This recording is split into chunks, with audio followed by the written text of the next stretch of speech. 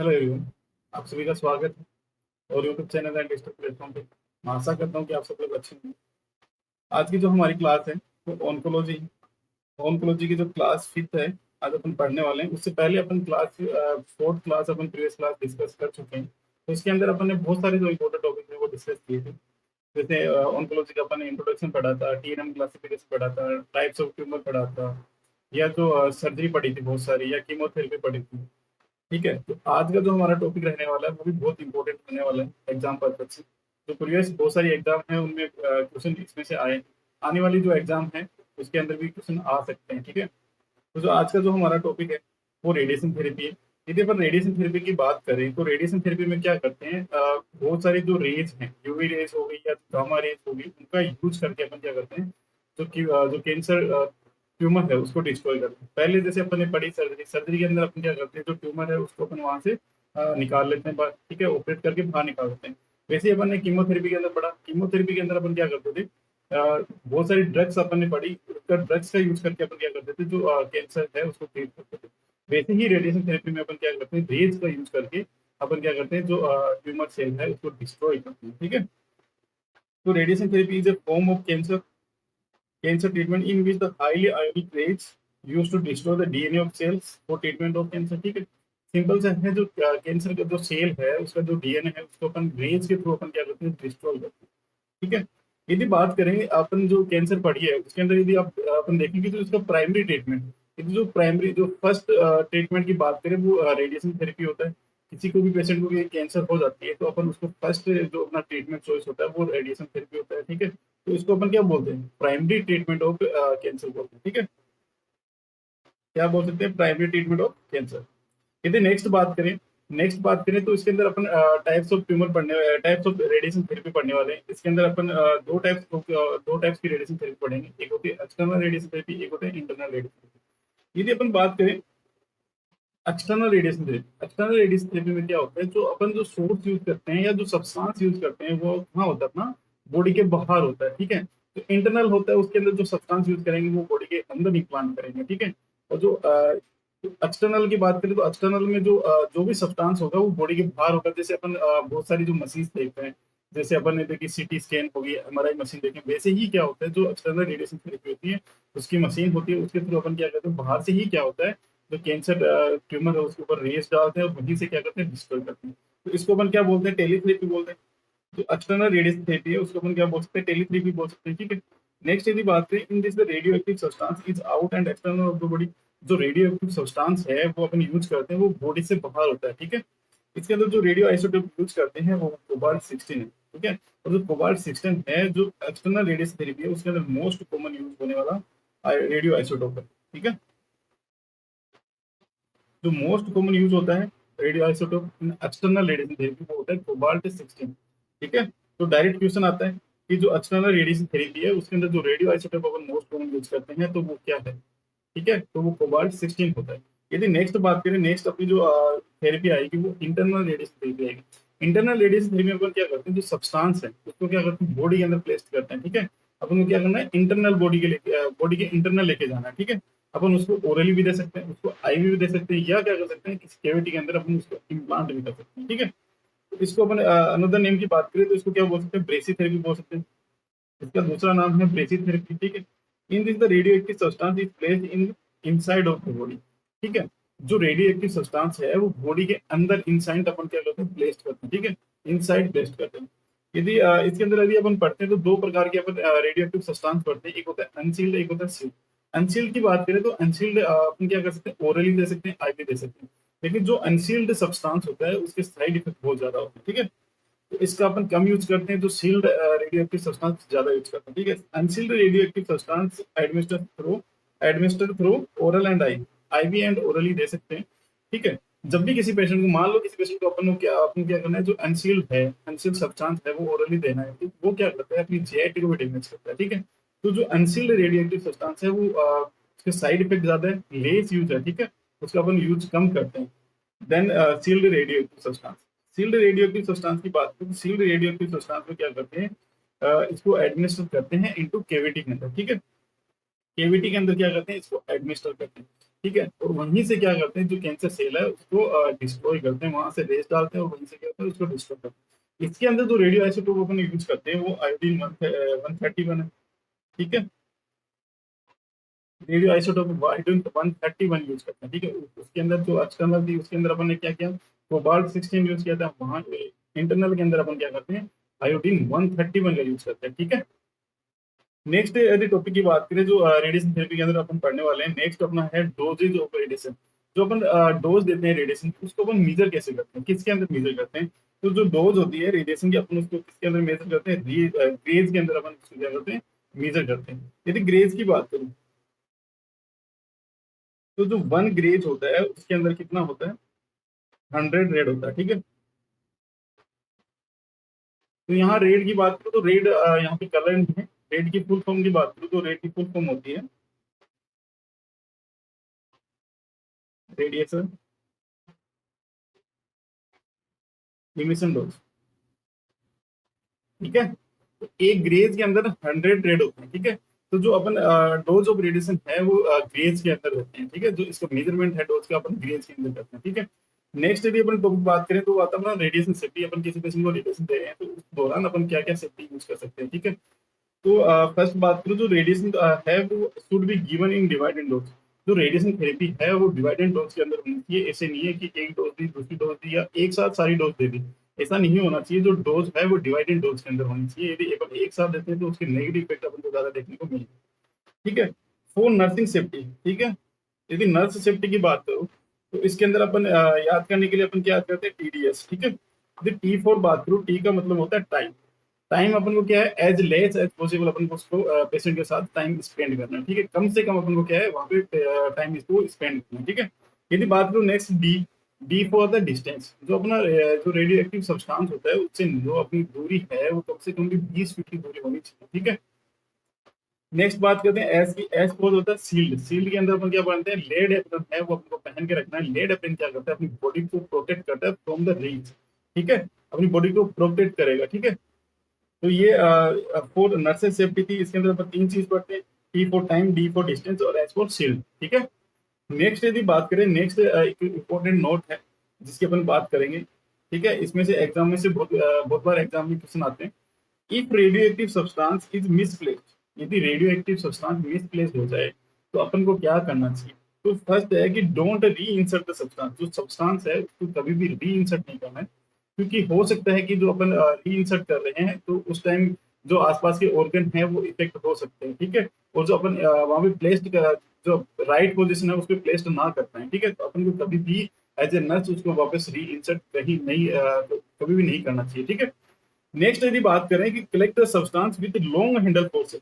जो सब्सटेंस है वो मिसप्लेस्ड हो गया तो अपन उसको डायरेक्टली अपन को हैंड से जाके नहीं पकड़ना, उसको अपन एक लॉन्ग हैंडल फोर्सेस है उसके थ्रू अपन उसको पकड़ते हैं और उसको अपन किसके अंदर रखते हैं, क्लोज कंटेनर के अंदर रखते हैं। ठीक है, collect the substance with long handle forces and keep in close container. जो क्लोज कंटेनर है उसके अंदर अपन उसको रख देंगे। ठीक है, नेक्स्ट अपन यदि ऐसी कंडीशन हो जाती है कि कोई रेडियो एक्टिव सब्सटेंस है मिसप्लेस्ड हो गया तो नेक्स्ट अपन क्या करेंगे, डॉक्टर को इन्फॉर्म करेंगे। ठीक है, अपन को कुछ नहीं करना, अपन को उसको रीइंसर्ट करने की ट्राई नहीं करनी चाहिए। ठीक है, नेक्स्ट टॉपिक की बात करूँ कि जब भी किसी पेशेंट को रेडिएशन थेरेपी दे रहे हैं तो उसके अंदर नर्सिंग केयर क्या है, नर्सिंग केयर क्या कर सकते हैं। ठीक है, तो फर्स्ट यदि नर्सिंग केयर की बात करूँ, never attend to patient at a time same time. कभी भी अपन को एक सेम टाइम पे अपन को दो पेशेंट अटेंड नहीं करने हैं, क्योंकि यदि मान लो कि एक रेडिएशन डिपार्टमेंट है, एक रेडिएशन रूम है, उसके अंदर अपन क्या कर सकते हैं, दो पेशेंट अपन क्या करते हैं, यदि दो पेशेंट एक साथ अटेंड करते हैं तो दोनों पेशेंट क्या हो सकते हैं, डोज अलग हो सकती है, रेज अलग हो सकते हैं। तो एक जो रेज है वो एक दूसरे को इफेक्ट कर सकती है। ठीक है, और हो सकता है कि अपन दो पेशेंट एक साथ मैनेज नहीं कर पाए, उनकी डोजेज के अंदर अपन देने में गलती हो सकती है। तो कभी भी अपन को दो पेशेंट एक साथ अपन को अटेंड नहीं करनी चाहिए। ठीक है, जो प्रेग्नेंट नेक्स्ट है, pregnant nurse not allowed to work at radiation department. जो प्रेग्नेंट लेडी है, प्रेग्नेंट नर्स है, उसको कभी भी जो रेडिएशन डिपार्टमेंट है उसके अंदर वर्क करने को अलाउ नहीं करते, क्योंकि जो इसका फिटस है, फिटस के अंदर जो नेगेटिव इफेक्ट अपन को देखने को मिल सकते हैं। ठीक है, मार्किंग ऑफ ट्यूमर एरिया। जो ट्यूमर है उसकी मार्किंग करते हैं, और मार्किंग अपन नहीं करते, रेडियोलॉजिस्ट मार्किंग करते हैं। तो जो रेडिएशन थेरेपी देता है वो टेक्नीशियन देता है। ठीक है, तो जो रेडियोलॉजिस्ट है वो ट्यूमर को मार्क करेगा। ठीक है, तो अपन को क्या करना है, जो स्किन है उसको अपन को ड्राई रखना है, क्लीन रखना है, बट डोंट वॉश। कभी भी उसको जो जहाँ पे मार्किंग हुई है उसको अपन वॉश नहीं करना चाहिए, उस एरिया को अपन को क्लीन रखना है, ड्राई रखना है, ठीक है। यदि अपन ऐसा करते हैं, यदि अपन उसको वॉश कर देते हैं तो क्या होता है, जो मार्किंग की है वो हट सकती है, ठीक है। Don't do not apply any cream and powder the marking side. अपन को कभी भी जो मार्किंग साइड है उस पर कभी भी कोई क्रीम पाउडर अप्लाई नहीं करना। यदि ऐसा करते हैं, अपन क्रीम पाउडर अप्लाई करते हैं तो क्या हो सकता है, जो मार्किंग की है वो हट सकती है, ठीक है। नेक्स्ट यदि बात करूं, आइसोलेटेड द पेशेंट। जो पेशेंट है उसको अपन क्या करते हैं, आइसोलेटेड करते हैं। उसका जो रूम है वो प्राइवेट होना चाहिए, उसका जो टॉयलेट है वो प्राइवेट होना चाहिए, ठीक है। क्योंकि जब पेशेंट के किस पेशेंट को रेडिएशन थेरेपी चल रही है तो उसके जो टॉयलेट है उसके अंदर भी जो रेज है वो प्रेजेंट हो सकती है, ठीक है। तो अपन को वो जो रेज है, यदि उसको अपन आइसोलेटेड नहीं करेंगे तो वो रेज अनदर पेशेंट, अनदर वहाँ पे जो नर्सिंग स्टाफ है या और पेशेंट है या उसको इफेक्ट कर सकती है, ठीक है। तो जो पेशेंट है उसको अपन को क्या कर सकते हैं, अपन को क्या करना, आइसोलेटेड करके रखना है, उसका रूम प्राइवेट करके रखना है, उसका जो टॉयलेट है वो भी आइसोलेटेड होना चाहिए, अलग से होना चाहिए, ठीक है। नेक्स्ट बात करें तो डोंट सेव द एरिया। उस एरिया को कभी भी सेव नहीं करना, क्योंकि यदि सेव करेंगे तो वो सेम सेम कंडीशन जो अपन मार्किंग की है वो हट सकती है, ठीक है। कभी भी उसको सेव नहीं। To relieve the itching after the radiation, wash the area with the soap and water.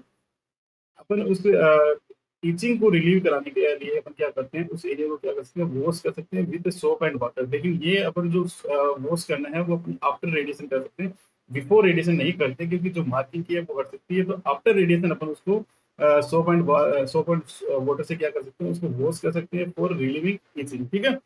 Next यदि बात करें, to prevent sunburn don't express the area directly in the sunlight. तो अपन किसी पेशेंट को रेडिएशन थेरेपी चल रही है तो उस पेशेंट को अपन एडवाइस करेंगे कि भाई कि आपको डायरेक्ट सनबर्न के कांटेक्ट में नहीं जाना है, ठीक है। क्योंकि ऑल्सो सन के अंदर क्या होती है, ऑल्सो रेज होती है, ठीक है। तो उसके साइड इफेक्ट हमको देखने को मिल सकते हैं या जो स्किन है वो बर्न हो सकती है, ठीक है। तो अपन एडवाइस करेंगे जब भी आपको कभी बाहर जाना है तो आप फुल स्लीव क्लॉथ पहनने हैं या जो सन स्क्रीन है उसका यूज करना है, ठीक है।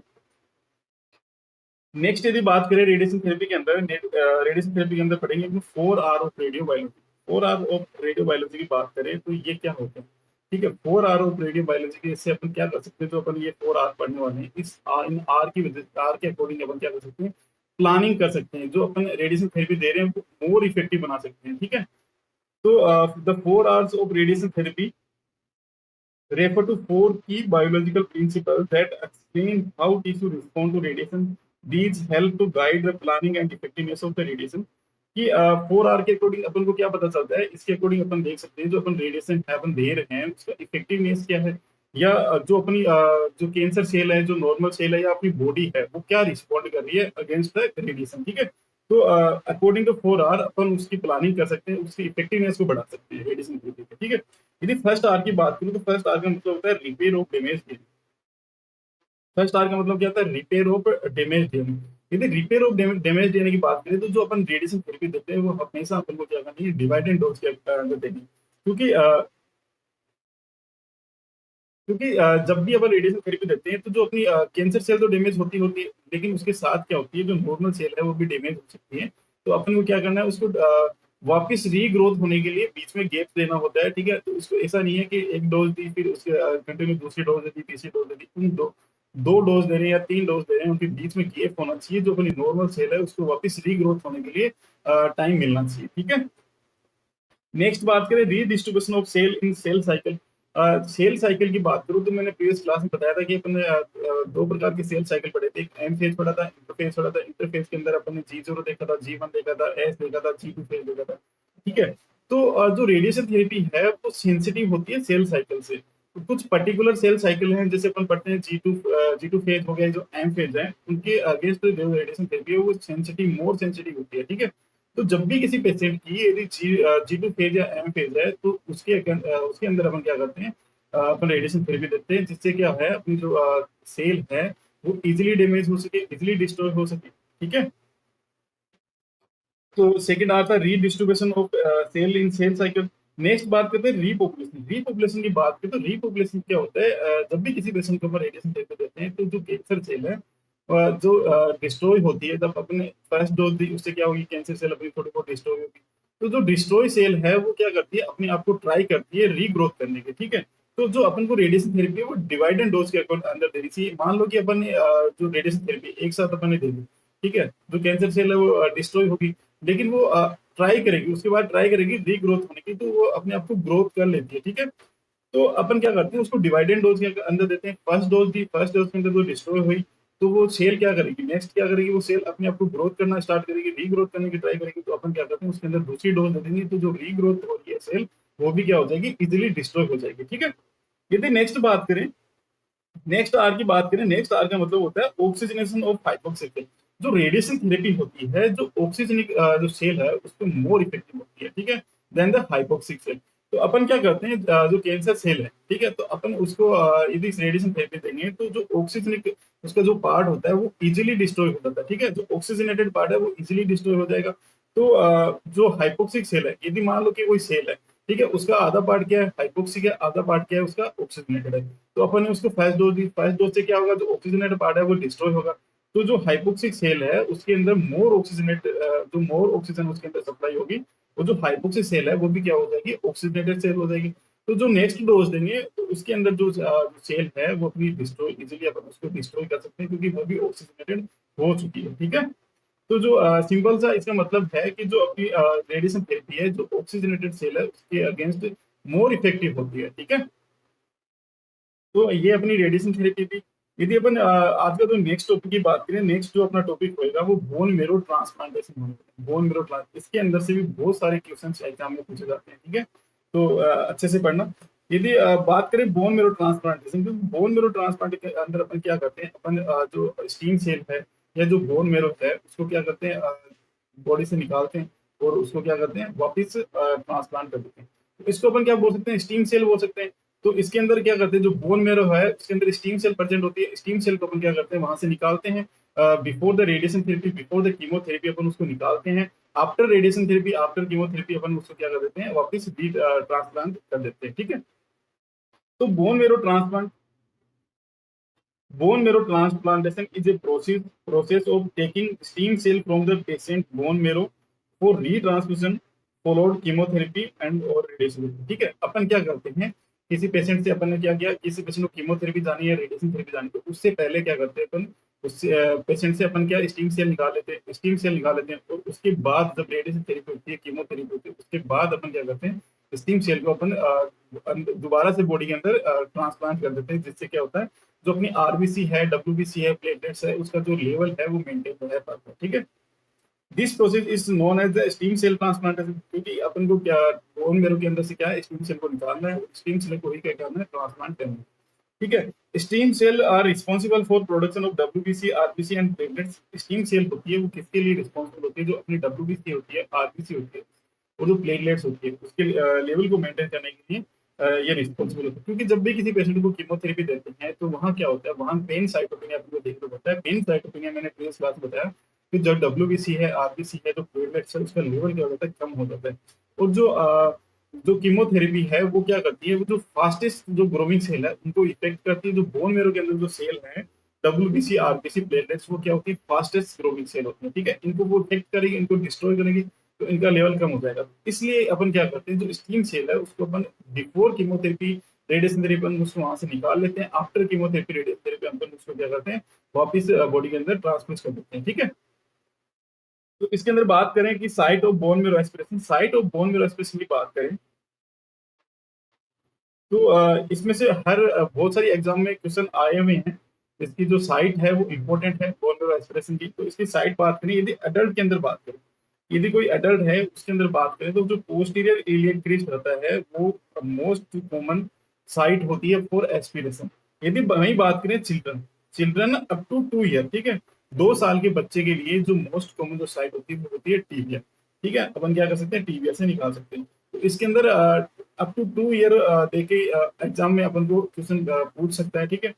तो ये इंपॉर्टेंट है, ठीक है, बहुत बार नो सेट वगैरह, ईएसएस वगैरह में क्वेश्चन आ चुका है इससे, ठीक है। यदि बात करें कॉम्प्लिकेशन की, यदि किसी पेशेंट को अपन को बोन मेरो एस्पिरेशन करते हैं तो उसके अंदर क्या क्या कॉम्प्लिकेशन हो सकते हैं, अपन पेन हो सकता है, ब्लीडिंग हो सकता है, इन्फेक्शन हो सकता है। क्योंकि अपन को क्या करना होता है, नीडल को इंजेक्ट करना होता है, वहां से क्या करते हैं, जो स्टीम सेल है या बोन मेरो एस्पिरेशन करना होता है। तो उस टाइम क्या हो सकता है, तो पंक्चर के दौरान वहां पे पेन हो सकता है, या पंक्चर के थ्रू क्या हो सकता है, यदि मल्टीपल पंक्चर करते हैं तो वहां से क्या हो सकता है, ब्लीडिंग हो सकती है, इन्फेक्शन हो सकता है। ठीक है, यदि अपन एसेप्टिक टेक्निक यूज नहीं कर सकते तो नहीं करते तो वहाँ पे इन्फेक्शन होने का चांस रहता है। ठीक है, तो इसके तीन कॉम्प्लिकेशन है, पेन हो सकता है, ब्लीडिंग हो सकता है, इन्फेक्शन हो सकता है। ठीक है, नेक्स्ट यदि बात करें सोर्स ऑफ स्टीम सेल, यदि सोर्स ऑफ स्टीम सेल की बात करें कि स्टीम सेल अपन कहाँ कहाँ से ले सकते हैं, तो फर्स्ट बात करें, फर्स्ट अपना आता है मोस्ट, जो सबसे मोस्ट कॉमन होता है वो bone marrow. Stem cell can be collected from the bone marrow of donor. ठीक है, कोई भी डोनर है उसके जो बोन मेरो है उसमें से क्या करते हैं अपन, स्टीम सेल निकाल लेते हैं। ठीक है, this procedure required general anaesthesia, so cell can be collected by multiple needle puncture. ठीक है, जो ये जो प्रोसीजर करते हैं अपन बोन मेरो, अपन स्टीम सेल निकालते हैं, उसके अंदर अपन को क्या चाहिए, जनरल एनेस्थीसिया चाहिए। जनरल एनेस्थीसिया क्यों चाहिए, क्योंकि अपन को मल्टीपल पंक्चर करने होते हैं, मल्टीपल पंक्चर करते हैं तो पेशेंट को पेन हो सकता है। ठीक है, तो इस प्रोसेस के अंदर अपन को क्या चाहिए, जनरल एनेस्थीसिया चाहिए। So cell can be collected by multiple needle puncture. ठीक है, तो जो फर्स्ट इसका सोर्स है स्टीम सेल का वो होता है बोन वेव। ठीक है, नेक्स्ट यदि बात करें, नेक्स्ट जो सोर्स है अपना वो होता है पेरिफेरल ब्लड। पेरिफेरल ब्लड की बात करें, जो स्टीम सेल्स होती है वो can be, stem cell can be found in the blood in very small. जो स्टीम सेल है वो ब्लड के अंदर भी पाई जाती है, ब्लड के अंदर भी होती है थोड़ी बहुत। ठीक है, वेरी स्मॉल अमाउंट के अंदर ब्लड के अंदर भी आपको देखने को मिलती है। ठीक है, following chemotherapy, following chemotherapy, bone marrow is stimulated and the stem cell leave the bone marrow and into the peripheral blood। जब भी किसी पेशेंट को अपन क्या करते हैं, कीमोथेरेपी देते हैं, तो क्या होता है, जो स्टीम सेल है वो बोन मेरो से निकलती है और पेरिफेरल ब्लड के अंदर आ सकती है। ठीक है, तो उस पेरिफेरल जो ब्लड के अंदर जो स्टीम सेल आती है उसको अपन कलेक्ट कर लेते हैं, उसी को अपन क्या बोलते हैं, peripheral blood stem cell collection बोलते हैं। ठीक है, यदि बात करें एक एक अलग फैक्टर होता है जिसकी बात करें, ग्रोथ फैक्टर। यदि किसी पेशेंट को अपन ग्रोथ फैक्टर, जीएच फैक्टर देते हैं, तो जो ग्रोथ फैक्टर वो क्या करता है, वो अपनी बोन मेरो पे एक्ट करता है। जो बोन मेरो से क्या करता है, जो स्टीम सेल है उसको ब्लड के अंदर ले आता है। ठीक है, जो वहां से स्टीम सेल को ब्लड के अंदर ले आता है और वहां से अपन क्या करते हैं, जो स्टीम सेल है उसको कलेक्ट कर लेते हैं। ठीक है, कलेक्शन कर लेते हैं। ठीक है, तो जो ग्रोथ फैक्टर है वो भी इंपॉर्टेंट है। यदि किसी पेशेंट से अपन को स्टीम सेल लेनी है तो अपन पेशेंट को क्या दे सकते हैं, ग्रोथ फैक्टर दे सकते हैं। ग्रोथ फैक्टर क्या करते हैं, वो जो बोन है, बोन में वहां से स्टीम सेल निकाल के और पेरिफेरल जो ब्लड है उसके अंदर डाल देता है। ठीक है, these cell can be collected by the special harvesting techniques known as the apheresis। ठीक है, apheresis या हार्वेस्टिंग सिस्टम की बात करें कि हार्वेस्टिंग सिस्टम क्या होता है। हार्वेस्टिंग सिस्टम होता है किसी चीज को कलेक्ट करना, किसी ऑर्गन को कलेक्ट करना, किसी सेल को कलेक्ट करना। अपन यहाँ बात करें स्टीम सेल की, तो हार्वेस्टिंग ऑफ स्टीम सेल क्या होता है, अपन को क्या है, स्टीम सेल कलेक्ट करते हैं। ठीक है, एक स्पेशल एक टेक्निक यूज करते हैं जिसको बोलते हैं एफेरेसिस। एफेरेसिस के अंदर क्या होता है, अपन वेन से क्या होता है, ब्लड लेते हैं, और जो एफेरेसिस की जो मशीन होती है वो क्या करती है, स्टीम सेल को अलग कर लेती है और जो बाकी जो ब्लड है उसको वापस बॉडी के अंदर ट्रांसफर कर देती है। ठीक है, तो इसको एफेरेसिस बोलते हैं।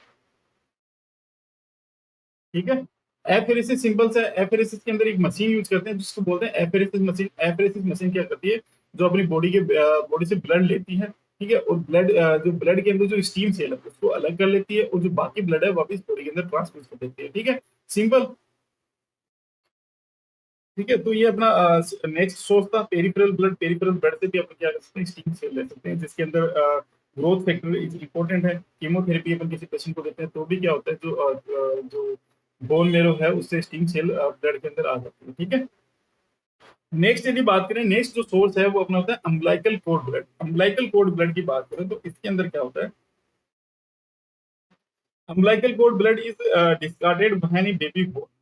अपन नॉर्मली क्या करते हैं, जब भी कोई बेबी आप डिलीवर्ड होता है तो अपन क्या करते हैं, जो अम्बलाइकल का जो कोर्ड ब्लड है उसको डिस्कार्डेड कर देते हैं। लेकिन जो अम्बलाइकल कोर्ड ब्लड होता है वो रिचेस्ट सोर्स होता है स्टीम सेल का। ठीक है, उसके अंदर बहुत सारी स्टीम सेल्स प्रेजेंट होती हैं। ठीक है, it is the richest rich source of the stem cell. ठीक है, रिचेस्ट सोर्स होता है, उसके अंदर स्टीम सेल बहुत ज्यादा अमाउंट के अंदर प्रेजेंट होती है। ठीक है, the cells can be excreted from the cord after delivery and preserved for permanently and can be source of stem cell। अपन क्या करते हैं, जो बेबी डिलीवर हुआ अम्बलाइकल कोड से क्या करते हैं, अम्बलाइकल कोड के जो ब्लड होता है उसके अंदर से अपन क्या करते हैं, स्टीम सेल निकाल लेते हैं और स्टीम सेल को अपन परमानेंटली उसको क्या कर सकते हैं, प्रिजर्व कर सकते हैं। ठीक है, this procedure don't represent risk of baby और मदर। तो ये अपन जो प्रोसीजर करते हैं उसके अंदर बेबी को या मदर है उसको कोई भी रिस्क नहीं होता, ये रिस्क फ्री प्रोसीजर होता है। ठीक है, ठीक है। तो अपना ये नेक्स्ट सोर्स था अम्बिलिकल कोड। अम्बिलिकल कोड एक रिचेस्ट सोर्स होता है। नॉर्मली अपन क्या करते हैं, अम्बिलिकल कोड को अपन डिस्कार्ड कर देते हैं जब बेबी की डिलीवरी होती है, लेकिन अपन उससे क्या कर सकते हैं, जो अम्बिलिकल कोड ब्लड है उससे अपन स्टीम सेल निकाल सकते हैं, उसको अपन कलेक्ट करके अपन उसको परमानेंटली अपन उसको स्टोर कर सकते हैं। ठीक है। नेक्स्ट यदि बात करें डोनर ऑफ स्टीम सेल, यदि डोनर ऑफ स्टीम सेल की बात करें तो इसके अंदर अपन बहुत सारे डोनर पढ़ने वाले हैं, जिसके अंदर फर्स्ट अपन पढ़ते हैं ऑटोलोगस। यदि बात करें ऑटोलोगस, ऑटोलोगस में क्या होता है, on this patient own stem cell is harvested. इसके अंदर क्या करते हैं, जो पेशेंट होता है उसी की खुद की है, खुद की स्टीम सेल को अपन क्या करते हैं, निकाल लेते हैं। बिफोर कीमोथेरेपी रेडिएशन थेरेपी उसकी खुद की स्टीम सेल निकाल लेते हैं। आफ्टर रेडिएशन या कीमोथेरेपी बाद क्या करते हैं, उसको अपन वापस रीट्रांसपोज कर देते हैं। ठीक है। तो ऑटोलोगस, ऑटोलोगस होता है वो मोस्ट कॉमन टाइप होता है। ठीक है, most common type of donation होता है। ठीक है। इसके अंदर जो साइड इफेक्ट देखने को मिलती है आप नेक्स्ट पढ़ेंगे, जो ग्राफ्टिंग फेलियर हो गया, ग्राफ्टिंग वर्सेस होस्ट डिजीज होगी, वो अपन को इसके अंदर कम देखने को मिलती है, क्योंकि जो स्टीम सेल अपन ने ली है वो उसी पेशेंट की है, उसी पेशेंट के अंदर अपन क्या करते हैं, वापस ट्रांसफर कर देते हैं। ठीक है। नेक्स्ट बात करें, नेक्स्ट जो अपना डोनर होता है वो एलोजेनिक होता है। एलोजेनिक की बात करें, in this the stem cell collected from the patient sibling. Sibling की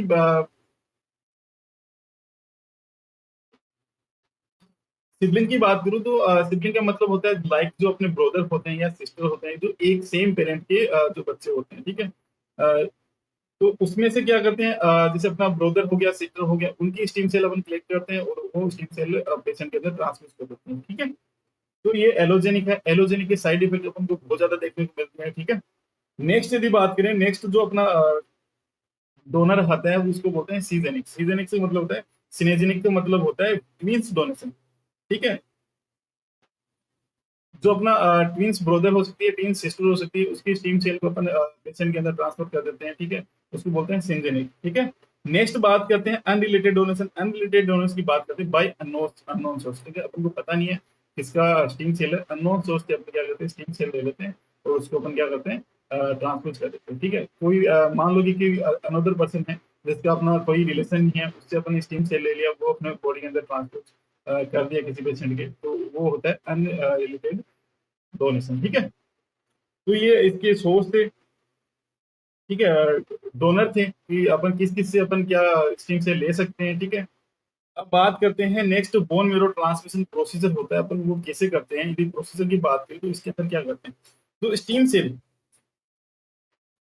steam cell are administer administered same as blood transfusion through the central catheter. इसके अंदर अपन क्या करते हैं, सेंट्रल कैथेटर यूज करते हैं, जो अपन मैंने बताया था सीपी यूज कर सकते हैं, central venous pressure line use कर सकते हैं। ठीक है। तो सीपी यूज करते हैं, जैसे अपन ब्लड ट्रांसफ्यूजन करते हैं वैसे ही अपन क्या करते हैं, स्टीम सेल ट्रांसफ्यूज करते हैं। ठीक है। Stem cell can be given as a IV, IV infusion के तौर पर दे सकते हैं या आईवी पुश के थ्रू दे सकते हैं। ठीक है। तो सेम जैसे अपन ब्लड ट्रांसफ्यूज करते हैं वैसे ही स्टीम सेल ट्रांसफ्यूजन होता है। ठीक है। Stem cell can be given as IV infusion और आईवी पुश। आईवी इन्फ्यूजन के थ्रू भी कर सकते हैं या आईवी पुश भी कर सकते हैं। ठीक है। नेक्स्ट यदि बात करें इसी के अंदर, तो नेक्स्ट अपना जो टॉपिक आएगा वो इंग्राफ्टमेंट आएगा। इंग्राफ्टमेंट क्या होता है, तो इंग्राफ्टमेंट का मतलब होता है जब भी किसी पेशेंट को अपन क्या करते हैं, स्टीम सेल बॉडी के अंदर अपन इंसर्ट करते हैं, ब्लड के अंदर इंसर्ट करते हैं, जो ब्लड से जो बोन मेरो के अंदर जो स्टीम सेल का जाना होता है, स्टीम सेल मूव करती है ब्लड से बोन मेरो के अंदर, तो उसी को अपन क्या बोलते हैं, इंग्राफ्टमेंट बोलते हैं। ठीक है। When the stem cell move from blood to patient's bone is known as the engraftment। ठीक है। सिंपल है कि जो अपन ने किसी पेशेंट के अंदर ब्लड के अंदर अपन ने क्या किया, स्टीम सेल का ट्रांसफ्यूज किया, और जो ब्लड से जो स्टीम सेल है वो मूव होकर बोन मेरो के अंदर जाती है, उसी को अपन क्या बोलते हैं, इंग्राफ्टमेंट बोलते हैं। ठीक है। It will take several weeks. इसके अंदर टाइम लग सकता है, 2 से 6 वीक का टाइम लग सकता है। ठीक है। 2 to 6 वीक्स का टाइम लग सकता है। ठीक है। सेवरल वीक्स इसके अंदर लग सकते हैं। इंग्राफ्टमेंट साइन की बात करूं, जब भी इंग्राफ्टमेंट हो जाता है, इंग्राफ्टमेंट का मतलब क्या मैंने बताया कि जो ब्लड से बोन मेरो के अंदर मूव होना, जब भी जो स्टीम सेल है बोन मेरो के अंदर यदि पहुंच जाती है, तो वहां क्या होता है, जो अपनी स्टीम सेल है वो क्या करती है, वो डब्ल्यूबीसी बनाती है, आरबीसी बनाती है, प्लेटलेट्स बनाती है। तो इंग्राफ्टमेंट के साइन का मतलब ये होता है, जो डब्ल्यूबीसी है, आरबीसी है, प्लेटलेट्स है, उसका इंक्रीज होना। ठीक है। तो वो इंग्राफ्टमेंट साइन हो गया। ठीक है। जो डब्ल्यूबीसी का नंबर बढ़ गया, अपने आरबीसी का नंबर बढ़ गया, प्लेटलेट्स का नंबर बढ़ गया। ठीक है। तो ये इंग्राफ्टमेंट था। यदि बात करते हैं नेक्स्ट, यदि कॉम्प्लिकेशन की बात करें कि जो बोन मेरो ट्रांसमिट करते हैं उसकी कॉम्प्लिकेशन की बात करें, तो क्या क्या कॉम्प्लिकेशन हो सकते हैं। यदि फर्स्ट कॉम्प्लिकेशन की बात करें, ग्राफ्ट फेलियर हो सकता है। नेक्स्ट यदि बात करें ग्राफ्ट वर्सेस होस्ट डिजीज हो सकता है, ये अक्यूट होता है, क्रोनिक होता है। तो ग्राफ्ट फेलियर में क्या होता है, जब भी किसी पेशेंट को अपन क्या करते हैं, स्टीम सेल देते हैं। तो स्टीम सेल क्या होती है, ब्लड के अंदर देते हैं, और ब्लड से मैंने आपको बताया कि इंग्राफ्टमेंट होता है। तो ग्राफ्ट फेलियर के अंदर क्या होता है, इंग्राफ्टमेंट ही नहीं होता, ठीक है। जो ब्लड है, जो ब्लड से जो स्टीम सेल है वो मूव होकर बोन मैरो के अंदर ही नहीं जा पाती, तो वो हो गया ग्राफ्ट फेलियर, ठीक है। ग्राफ्ट फेलियर, इंग्राफ्टमेंट नहीं होगा तो क्या होगा, वहां पे डब्ल्यूबीसी नहीं बनेगी, आरबीसी नहीं बनेगी, प्लेटलेट्स नहीं बनेगी, ठीक है। तो उसको बोलते हैं ग्राफ्ट फेलियर, ठीक है। नेक्स्ट यदि बात करें ग्राफ्ट वर्सेस होस्ट डिजीज की, ग्राफ्ट वर्सेस होस्ट डिजीज की बात करें तो इसके अंदर क्या होता है, अक्कर विद एलोजेनिक ट्रांसप्लांटेशन, मैंने पहले भी बताया था। जब एलोजेनिक ट्रांसप्लांटेशन बताया था, उसके अंदर जो डोनर था एलोजेनिक, उसके अंदर अपन क्या करते हैं, जो सिबलिंग्स होते हैं उसका अपन क्या करते हैं, स्टीम सेल लेते हैं और वो पेशेंट के अंदर ट्रांसफर करते हैं। तो जो एलोजेनिक ट्रांसप्लांटेशन होता है उसके अंदर ये most common graft versus host disease आपको देखने को मिलती है। इसके अंदर ही बात करें, in this transfused stem cell from in new immune system and see the patient body as a foreign body and attack the patient body, ठीक है। तो इसके अंदर क्या होती है, ग्राफ्ट वर्सेस होस्ट डिजीज के अंदर क्या होती है, जो अपन ने जो स्टीम सेल अपन ने ट्रांसफर की, तो स्टीम सेल जो अपन ने ट्रांसफर की वो क्या करती है, एक अपना अलग इम्यून सिस्टम बना रखी है। वो जो अलग इम्यून सिस्टम है वो अपनी बॉडी को क्या समझता है, फॉरेन बॉडी समझता है, और अपनी बॉडी पे क्या करता है, अटैक करता है, ठीक है। ये क्या हो सकता है, अक्यूट हो सकता है, क्रोनिक हो सकता है। अक्यूट की बात करें तो क्या हो सकता है, ये 1 मंथ के अंदर हो सकता है, 1 मंथ के अंदर हो सकता है। तो क्रोनिक की बात करें तो आफ्टर 1 मंथ हो सकता है, ठीक है। आफ्टर 1 मंथ हो सकता है, ठीक है।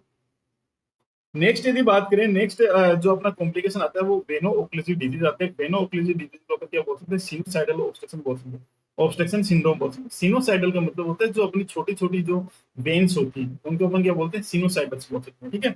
Occur when the small blood vessels that to liver are occluded, जो लीवर होता है उसके अंदर जो स्मॉल जो ब्लड वेसल्स हैं वो क्या होगी, ओक्लूटेड होगी, ठीक है। उस वजह से क्या होता है, वेनो ओक्लूसिव डिजीज अक्कर होती है, ठीक है। तो इसका जो ये क्या करता है, किसी पेशेंट को अपन बीएमटी देते हैं तो बीएमटी क्या कर सकती है, जो अपनी इंडोथेलियम सेल है उसको डैमेज कर सकती है, ठीक है।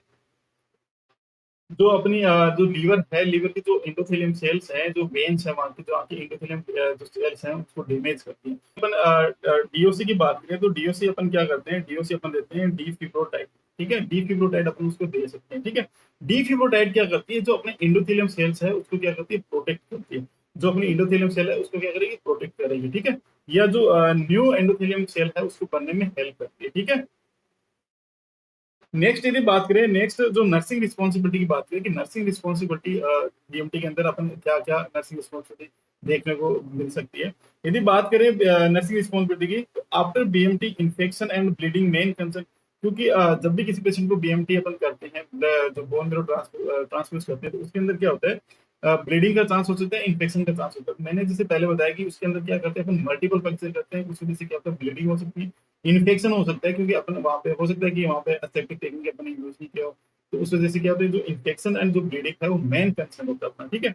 नेक्स्ट बात करें, ऑल इन्फेक्शन प्रिवेंटिव प्रिकॉशन, जितने भी अपन स्टेरिलिटी अपन को मेंटेन करके रखनी है, वहाँ पे एसेप्टिक टेक्निक अपन को यूज करनी है। तो ये सारी चीज जो जहाँ अपन अपने जो बीएमटी अपन ने ट्रांसफर किया, स्टीम सेल अपन ने ट्रांसफर किया, जो एरिया है उसको अपन इन्फेक्शन फ्री रखना है, ठीक है। तो ये सारी चीज अपन क्या कर सकते हैं, इसके प्रिकॉशन के अंदर अपन यूज कर सकते हैं। नेक्स्ट यदि बात करें तो blood test for cell count अपन को रेगुलर क्या करता रहना चाहिए, ब्लड ब्लड टेस्ट करता रहना चाहिए, जिससे अपन को पता चले कि सेल्स काउंट बढ़ रहा है कि नहीं बढ़ रहा है, ठीक है। उससे अपन को ये पता चल सकता है कि ग्राफ्ट फेलियर हुआ कि नहीं हुआ, ठीक है। यदि ब्लड सेल अपन रेगुलरली बढ़ रहे हैं तो इसका मतलब है जो अपना इंग्राफ्टमेंट है वो अच्छे से हो चुका है। यदि ऐसा नहीं होता, ब्लड सेल्स नहीं बढ़ता, तो इसका मतलब है वहां पे ग्राफ्ट रिजेक्शन होने का चांस हो सकता है, ठीक है। नेक्स्ट यदि बात करें मोस्ट कॉमन कैथेटर, यदि बात करें बीएमटी के अंदर, यदि अपन कैथेटर की बात करें तो कौन सा कैथेटर अपन बीएमटी के अंदर यूज करते हैं, वो होता है हिकमान कैथेटर, ठीक है। हिकमान कैथेटर नॉर्मल जैसे अपना सेंट्रल कैथेटर होता है, जैसे सेंट्रल लाइन अपन डालते हैं, वैसे ही हिकमान कैथेटर होता है, ठीक है। स्टीम सेल स्टोर की बात करें, जो स्टीम सेल अपन ने क्लिक किया है, अपन उसको स्टोर कितने डिग्री पर अपन उसको स्टोर कर सकते हैं, तो इसका स्टोरेज टेम्परेचर होता है 1 - 140 डिग्री सेंटीग्रेड, इसका क्या होता है, स्टोरेज टेम्परेचर होता है। वो 3 साल तक या 3 साल से ज्यादा अपने क्या कर सकते हैं, उसको स्टोर कर सकते हैं। यदि बात करें हिकमान के तत्व की, तो हिकमान के तत्व, यदि बात करें हिकमान के तत्व, तो ये इस प्रकार का कुछ हिकमान के तत्व होता है, लाइक ए सेंट्रल के तत्व होता है, उसी प्रकार से क्या होता है, हिकमान के तत्व होता है। ये अपनी जुगलाट वेन है, ठीक है। ये अपनी सबक्लेवियन वेन है, अपन क्या होता है, सेंट्रल लाइन भी सबक्लेवियन वेन डालते हैं, तो ये क्या कर सकते हैं, यहाँ पे जो सबक्लेवियन वेन है उसके अंदर अपन जो अपने हिकमान के तत्व अपन डालते हैं, ठीक है। ये अंडर स्किन है, यहाँ से स्किन के अंदर से अपन यहाँ ले जाके इसके अंदर सबक्लेम वेन के अंदर डालते हैं, ठीक है। ये इसका कनेक्टर है, ये अटैच्ड क्लेम्स है, ठीक है। तो ये इस प्रकार से एकमान कैथेटर है। नॉर्मल जो आप जो सेंट्रल वेन देखते हैं, सीयूपी लाइन देखते हैं, सेम वैसा ही है, ठीक है। ज्यादा कुछ डिफरेंसेस है नहीं। इसके थ्रू अपन क्या कर सकते हैं, स्टीम सेल का ट्रांसप्लांट कर सकते हैं, ट्रांसफ्यूज कर सकते हैं, ठीक है। तो आज की क्लास यहीं तक थी, ठीक है। मिलते हैं एक नेक्स्ट क्लास के साथ।